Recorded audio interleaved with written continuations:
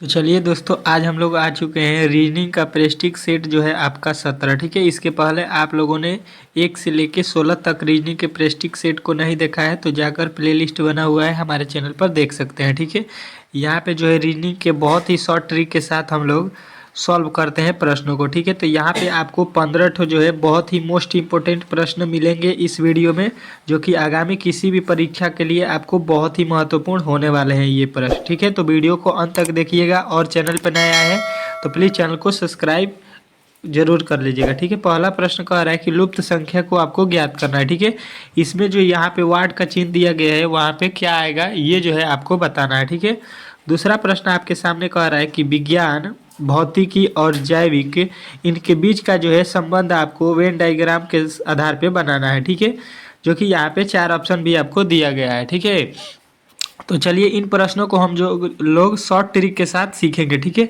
चलिए यहाँ पे आपके सामने जो है पहला प्रश्न आ चुका है। देखिए बहुत ही इंपॉर्टेंट प्रश्न है।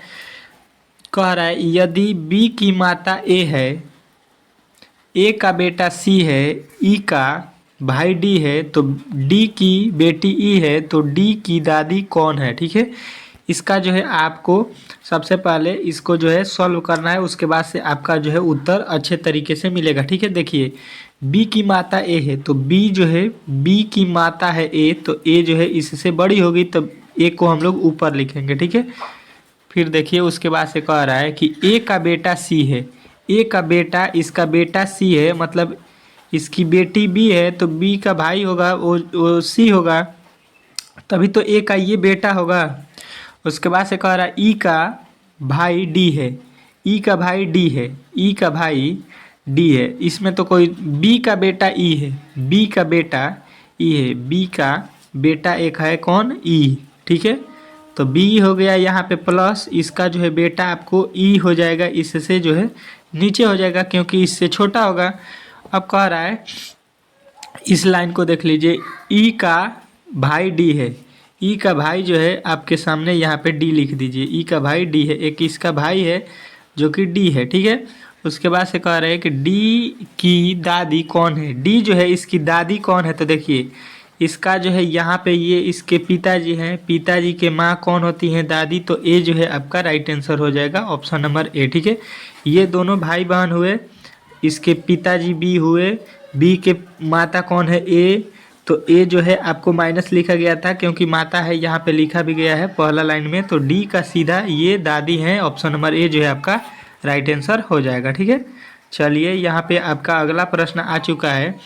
कह रहा है आपका अगला प्रश्न कि एक आदमी अपने कार्यालय से चलता और 5 किमी पूरब की ओर गया। ठीक है, फिर वह दाईं ओर घूमा और 3 किलोमीटर चला, फिर वह दोबारा बाईं ओर घूमा 5 किलोमीटर चला, अब वह आरंभ बिंदु से कितनी दूरी पर है ये आपको बताना है। ठीक है, तो देखिए सबसे पहले इसका जो है फिगर बना लीजिए ताकि आपको अच्छे तरीके से पता चल सके। ठीक है, तो देखिए इसका जो है हम लोग थोड़ा सा छोटी सी की कर देते हैं। चलिए देखिए यहाँ पे सबसे पहले आपको इसको देख लेना है। देखिए सबसे पहले कह रहा है कि 5 किलोमीटर पूरब, तो यहाँ से देखिए यहाँ पर अगर आदमी खड़ा है तो यहाँ से 5 किलोमीटर हम लोग मान लेते हैं कि यहाँ पे पूरब चला गया। ठीक है, यहाँ पे पूरब गया, उसके बाद से कह रहा है कि फिर वह बायां मुड़ा। ठीक है, बायां इसका किधर होगा, तो बायां जो है इसका ऊपर होगा, 3 किलोमीटर जाएगा। ठीक है, यहाँ से बायां चला गया 3 किलोमीटर, फिर कह रहा है दोबारा बायां मुड़ा, यहाँ से वो फिर बायां मुड़ा तो बायां इसका इधर हो जाएगा। कह रहा है फिर 5 किलोमीटर चला, तो ये 5 किलोमीटर फिर चला आया यहाँ पे। ठीक है, फिर आरंभिक बिंदु से वह कितनी दूरी पर है, देखिए यहाँ से चलना स्टार्ट किया था, इधर गया, इधर गया, इधर आ गया, यहाँ से वह कितने दूरी पर है ये आपको अब पूछ रहा है प्रश्न। तो देखिए यहाँ से कितना दूरी है, 3 किलोमीटर, तो यहाँ से भी 3 किलोमीटर की दूरी पर होगा जो कि ऑप्शन नंबर ए में दिया गया है, तो ये जो है आपका 100% राइट हो जाएगा। ठीक है, इस प्रकार इस प्रश्न को बनाना था। ठीक है, चलिए अगला प्रश्न आपके सामने आ चुका है। कह रहा है आपका अगला प्रश्न यहाँ पे कि निम्नलिखित आरेखों में से कौन सा आरेख विज्ञान, भौतिकी और जैविक विज्ञान के संबंध को दर्शाता है। ठीक है, यहाँ पे 3 दिया गया है, एक है आपके पहले सबसे विज्ञान, उसके बाद वाला दिया है भौतिक और उसके बाद से जैविक। ठीक है, इनके बीच का जो है संबंध आपको दर्शाना है। ठीक है, तो सबसे पहले देखिए विज्ञान को हम लोग सबसे बड़ा में लिखेंगे क्योंकि विज्ञान जो है ये जो है विषय एक होता है। ठीक है, तो इसको हम लोग साइंस मान लेते हैं, ठीक है। उसके बाद से देखिए भौतिकी जो है, भौतिकी विज्ञान एक विज्ञान का जो है पार्ट होता है, ठीक है। तो वो जो है आपके इसके अंतर आ जाएगा फिजिक्स, ठीक है। फिजिक्स बोलते हैं उसको, भौतिकी को। तो ये जो होता है विज्ञान का एक पार्ट होता है, ठीक है। उसके बाद से जैविक जो होता है ये भी एक विज्ञान का पार्ट होता है, जिसको बायोलॉजी हम लोग बोलते हैं, ठीक है। तो ये जो है दोनों विज्ञान के जो है पार्ट होते हैं, जो कि विज्ञान तीन पार्ट में होता है, जीव विज्ञान, भौतिक विज्ञान, रसायन विज्ञान, ठीक है। तो ये दो दिया है, इसका जो है पार्ट होता है, तो इसके बीच में आएंगे विज्ञान के अंदर ये दोनों आएंगे, ठीक है। तो इस प्रकार के जो है आपको दिखाई दे रहा है ऑप्शन नंबर डी में। तो ऑप्शन नंबर डी जो है आपका, ऑप्शन नंबर डी जो है राइट हो जाएगा, ऑप्शन नंबर डी, ठीक है। चलिए अगला प्रश्न आपके सामने आ चुका है। अगला प्रश्न देखिए आपके सामने कह रहा है, अच्छे तरीके से देखिए, निम्नलिखित में से किस उत्तर आकृति द्वारा प्रश्न आकृति पूरी की जाएगी, ठीक है। यहाँ पे जो खाली छोड़ा गया है, यहाँ पे कौन सा जो है चित्र आएगा ये जो है आपको बताना है, ठीक है। तो यहाँ पे अच्छे तरीके से देखना है आपको और बताना है कि यहाँ पे जो है कौन सा आकृति आने वाला है, ठीक है। तो चलिए यहाँ पे अच्छे तरीके से देखिए, इसका उत्तर आकृति भी मैं यहाँ पे थोड़ा सा दिखा देता हूँ, ठीक है। देखिए यहाँ पे सबसे पहले देखिए ये किस प्रकार बना है, ठीक है। तो यहाँ पे देख सकते हैं आप, ऐसा ही आपको सेम उधर जो है दिखाना है, ठीक है। तो इस प्रकार के देखिए आपके ऑप्शन नंबर डी जो लिखा गया है उसमें ही केवल आपको, तो देखिए यहाँ पे जो है ये उल्टा हो जाएगा, इसको इस प्रकार जब रखेंगे तो ये इस प्रकार बन जाएगा, तो ऑप्शन नंबर डी नहीं होगा। देखिए आपका ऑप्शन नंबर ए जो है, ऑप्शन नंबर ए बिल्कुल राइट आंसर हो जाएगा। इस प्रकार देखिए इसमें ही आपका बनेगा, ठीक है। यहाँ पे आपके क्रॉस हो जाएंगे और यहाँ पे भी क्रॉस हो जाएंगे और यहाँ पे जो है आपके बन जाएंगे जो है ऑप्शन नंबर ए, जो कि पूरा परफेक्ट राइट आंसर हो जाएगा, ठीक है। चलिए अगला प्रश्न देखिए आपके सामने आ चुका है। फिर यही आपके प्रश्न आया है जो कि बहुत ही इंपॉर्टेंट प्रश्न है। कह रहा है कि प्रश्न 103 नीचे दिए गए विकल्पों में से उससे जो है, चलिए देखिए अगला प्रश्न यहाँ पे उत्तर आकृति को चुनना है, ठीक है। यहाँ पे जो है जो प्रश्न है वो कहाँ पे आपको दिखाई दे रहा है, ऐसा प्रश्न जो यहाँ पे आप लोग दिख रहा है, इसको जो है इसमें जो है आपके चारों ऑप्शनों में से दिखना है कि कहाँ पे ये आपको दिखाई दे रहा है, ठीक है। अच्छे तरीके से देखिए और बताइए कि ये आपको कहाँ पे दिखाई दे रहा है, ठीक है। तो देखिए आप लोग यहाँ पे जो है ऑप्शन नंबर बी में देखिए आपको सीधा सीधी यहाँ पे दिखाई दे रहा होगा, ऐसा ही यहाँ पे फिगर बना हुआ है। तो आपका ऑप्शन नंबर जो है, ऑप्शन नंबर बी जो है 100% राइट होता है, ठीक है। प्रश्न में पूछा गया है कि जो प्रश्न है ये कहाँ पे निहित है, निहित है मतलब आपको दिखाई दे रहा है ऐसा ही चित्र, ठीक है। तो ऑप्शन नंबर बी जो है इसका 100% राइट हो जाएगा, ठीक है। चलिए अगला प्रश्न देखिए आपके सामने आ चुका है। कह रहा है कि 104 और 105 निम्नलिखित श्रेणी में लुप्त संख्या को ज्ञात करना है, ठीक है। 104 और 105 में आपको लुप्त संख्या को ज्ञात करना है, ठीक है। तो अच्छे तरीके से इन प्रश्नों को देखना है, ठीक है। यहाँ से देखिए लिखा गया है 3 से 10, 10 से 20, 20 से यहाँ पे 33, 33 से यहाँ पे 39, 49, 49 से 68, ठीक है। तो किस प्रकार ये श्रेणी जो है चल रहा है, इसका अगला पद क्या होगा, इसको जो है आपको बताना है। तो सबसे पहले देखिए ये श्रेणी जो है बढ़ते क्रम में है, यानी कि हम लोग सोच सकते हैं कि इसमें कुछ जोड़ा हो गया होगा। पहले इसको ट्राई कर लेते हैं। तो यहाँ पे 7 जोड़ेंगे, फिर यहाँ पे देखिए 10 जोड़ेंगे, फिर यहाँ से यहाँ जाएंगे तो हम लोग 13 जोड़ेंगे, फिर यहाँ से यहाँ जाएंगे तो कितना जोड़ेंगे, तो 16 जोड़ेंगे। 16 के बाद से यहाँ जाएंगे तो कितना जोड़ेंगे, तो आप लोग बताइएगा कि 19 जोड़ेंगे, ठीक है। यानी देखिए कि 7 3 10 3 13, 13 3 16, 16 3 19, यानी 3 3 हम लोग जोड़ रहे हैं। तो फिर इसमें 3 जोड़ेंगे तो कितना हो जाएगा 22, 22 आप लोग जोड़ लीजिए। 68 में 22 जोड़िए, देखिए कितना आ रहा है 68 में 22, तो 0 और यहाँ पे 9 हो जाएगा। 90 जो है आपका 100% राइट हो जाएगा। श्रेणी जो है आपका जो है 3 प्लस करके जोड़ रहा है, ठीक है। तो आपका 90 जो है 100% राइट आ रहा है, ठीक है। चलिए अगला प्रश्न देखिए आपके सामने यहाँ पे आ चुका है। कह रहा है आपका अगला प्रश्न कि 15, 31, 64, 131 का अगला पद क्या होने वाला है, ठीक है। तो देखिए यहाँ पे थोड़ा सा आप लोग दिमाग लगाइए कि 15 से 31 अगर हम लोग देखेंगे तो यहाँ पे आप लोग कहिएगा कि 16 जोड़ा है, ठीक है। यहाँ से यहाँ जाएंगे तो हम लोग बोलेंगे कि यहाँ पे तो 33 जोड़ा है, ठीक है। यहाँ से यहाँ जाएंगे तो आप लोग बोलिएगा कि कितना जोड़ा गया है, तो आप बताइएगा यहाँ पे हो गया 7 और यहाँ पे 6, 67 जोड़ा है। ठीक है, तो इससे कुछ लॉजिक पता नहीं चला। इससे हम लोग यहाँ पे दूसरा लॉजिक देखते हैं।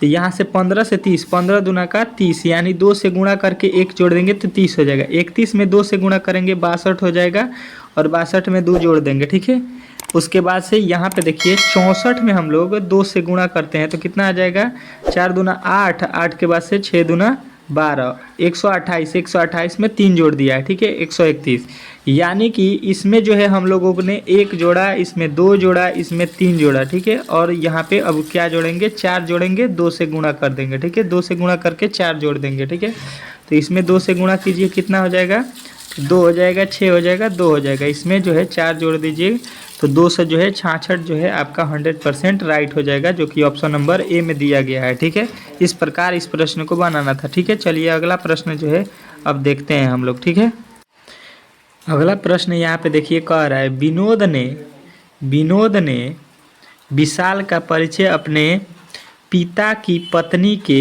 इकलौते भाई के पुत्र के रूप में कराया। विशाल विनोद से किस प्रकार संबंधित है। ठीक है, कह रहा है कि विनोद ने विशाल का परिचय अपने पिता की पत्नी के, मतलब उसकी माँ के इकलौते भाई के पुत्र के रूप में कराया। मतलब उसके जो है उसके जो है माता की क्या है, माता की उसकी क्या है, पत्नी उसकी माता हुई। उसके पिता की पत्नी कौन हुई, उसके माता। उसके माता का भाई कौन हुआ, मामा। मामा का लड़का क्या होता है, तो मामा का लड़का क्या होता है, ममेरा भाई होता है। ठीक है, आप लोग अच्छे तरीके से समझ लीजिए क्या होगा, ममेरा भाई। ठीक है, ऑप्शन नंबर ए जो है आपका राइट हो जाएगा।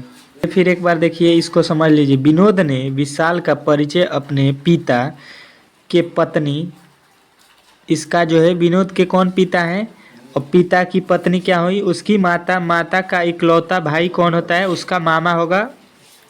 उसके माँ का जो है भाई कौन होता है, तो उसका कौन होता है, मामा। मामा का जो है लड़का कौन होता है, तो ममेरा भाई होगा, जो कि आपका ऑप्शन नंबर ए में दिया गया है। तो ऑप्शन नंबर ए जो है आपका 100% राइट हो जाएगा। ठीक है, अगला प्रश्न आपके सामने यहाँ पे आ चुका है। कह रहा है यहाँ पे कि एक छोटे विस्तार क्षेत्र में 80 परिवार रहते हैं, जिनमें से 20% परिवारों के में प्रत्येक के पास कार है। शेष में 50% परिवारों में प्रत्येक परिवार के पास मोटरसाइकिल है। उस परिवार विस्तार क्षेत्र में कितने परिवारों के पास कोई वाहन नहीं है। ठीक है, तो देखिए सबसे पहले क्या करना है कि आपके पास टोटल परिवारों की संख्या कितना है, 80। 80 में से आपके पास 20% जो है क्या है, कार है, तो 20% इसका निकाल लेंगे। ठीक है, 20% निकालेंगे तो क्या हो जाएगा, यहाँ से 10 16 जो है आपका, 16 के पास कितना है, कार है। ठीक है, तो 80 में से 16 जब घटाएंगे तो आपके पास बच जाएगा 64। ठीक है, 64 का जो है 50% परिवारों में क्या है, तो बाइक है, तो इसका 50% निकालेंगे तो इसका 50% का मतलब हुआ आधा। ठीक है, 50% किसी का होता है आधा। ठीक है, तो इसका 50% आ जाएगा 32, यानी 32 परिवारों के पास क्या है, मोटर गाड़ी है। ठीक है, तो कितने परिवारों के पास कुछ नहीं है, तो 32 के पास कुछ नहीं होगा और 32 के पास कार होगा। तो आपका ऑप्शन नंबर जो है बी जो है 100% राइट हो जाएगा। ठीक है, चलिए अगला प्रश्न यहाँ पे देखिए आपके सामने आ चुका है।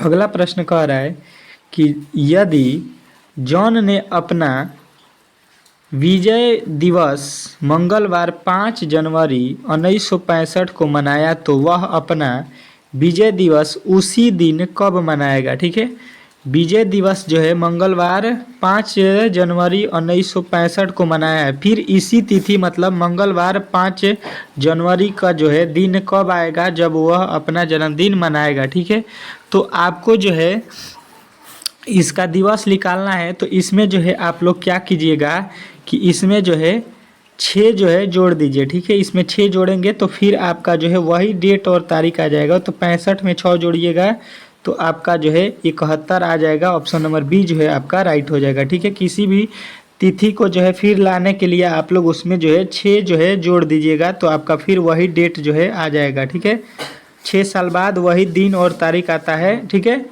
सेम। ठीक है, तो आपका right answer option number B हो जाएगा। ठीक है, चलिए यहाँ पे जो है आपके जितने भी प्रश्न थे उसको जो है हम लोगों ने कंप्लीट कर लिया, जो कि 15 ठो बहुत ही महत्वपूर्ण प्रश्न रीजनिंग के थे। ठीक है, अगर वीडियो अच्छा लगा हो तो प्लीज़ चैनल को सब्सक्राइब कीजिए और वीडियो को लाइक कीजिए। ठीक है, मिलते हैं फिर एक नए वीडियो के साथ बहुत ही जल्द। तब तक के लिए जय हिंद।